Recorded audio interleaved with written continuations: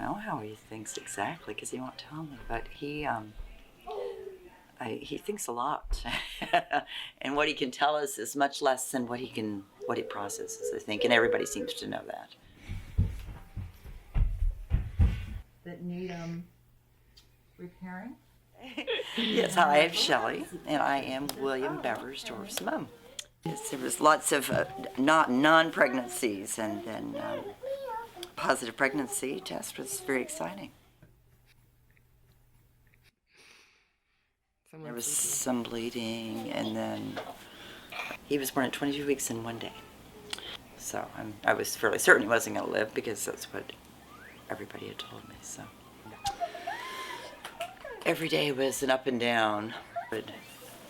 He should have had cerebral palsy, and he should be blind. So those two things he doesn't have. He does have autism. And those, you've never seen nurses and docs work the way they do over there. They are rock stars, and I think they're in the book for being rock stars for what they did. They hit an arterial line, which he had some sort of basal spasms, which basically caused what it looked like was frostbite on his right hand, and his entire right foot were black. The foot, they saved completely, but they did lost the tip of his thumb and his first 3 digits, and he's got a little fingernail. They just said that not to expect a normal life because there is no literature on babies born that early. There's no medical, backup for that to say what the expectations are. But things that they said he would never do, he's doing.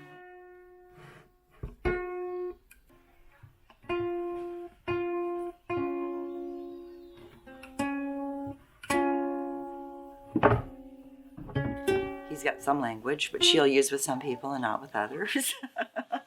Well, I think a lot of kids are, but he is really set in his ways.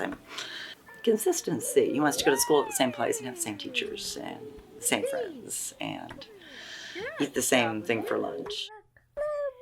Yo-yo and Z. Zebra, yeah! You did it! Isn't that fun?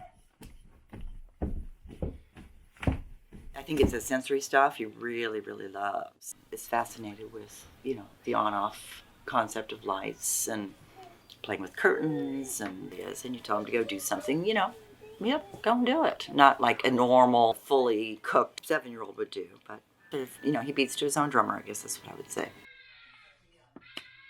With an autistic kiddo, you have to be a step ahead of them at all times to keep them safe. The things that you don't even imagine they can possibly do.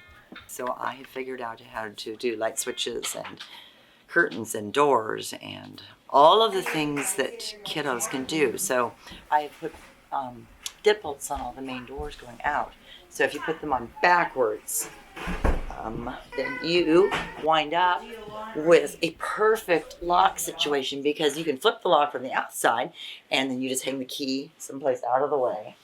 He would simply very carefully fold up the rug in front of the door, and then he'll go get the dining room chair and bring it over and climb up and get the key off the hook, open the door, put the key back on the hook, and put the chair out of the way and head out the door and shut the door as he's going out.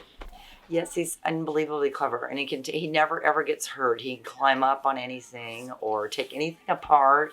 It takes a lot of time to do all the things that he needs and to be successful. I mean, I do everything I possibly can do, but I don't know. I just want him to grow up and be happy. And you can always have the pity party and say, "Oh, woe is me." He's having a, less than perfect day, and then you go and you look at everybody else at Women's and Children's Therapy or at the hospital, wherever else, and it's like, wow, he's pretty lucky.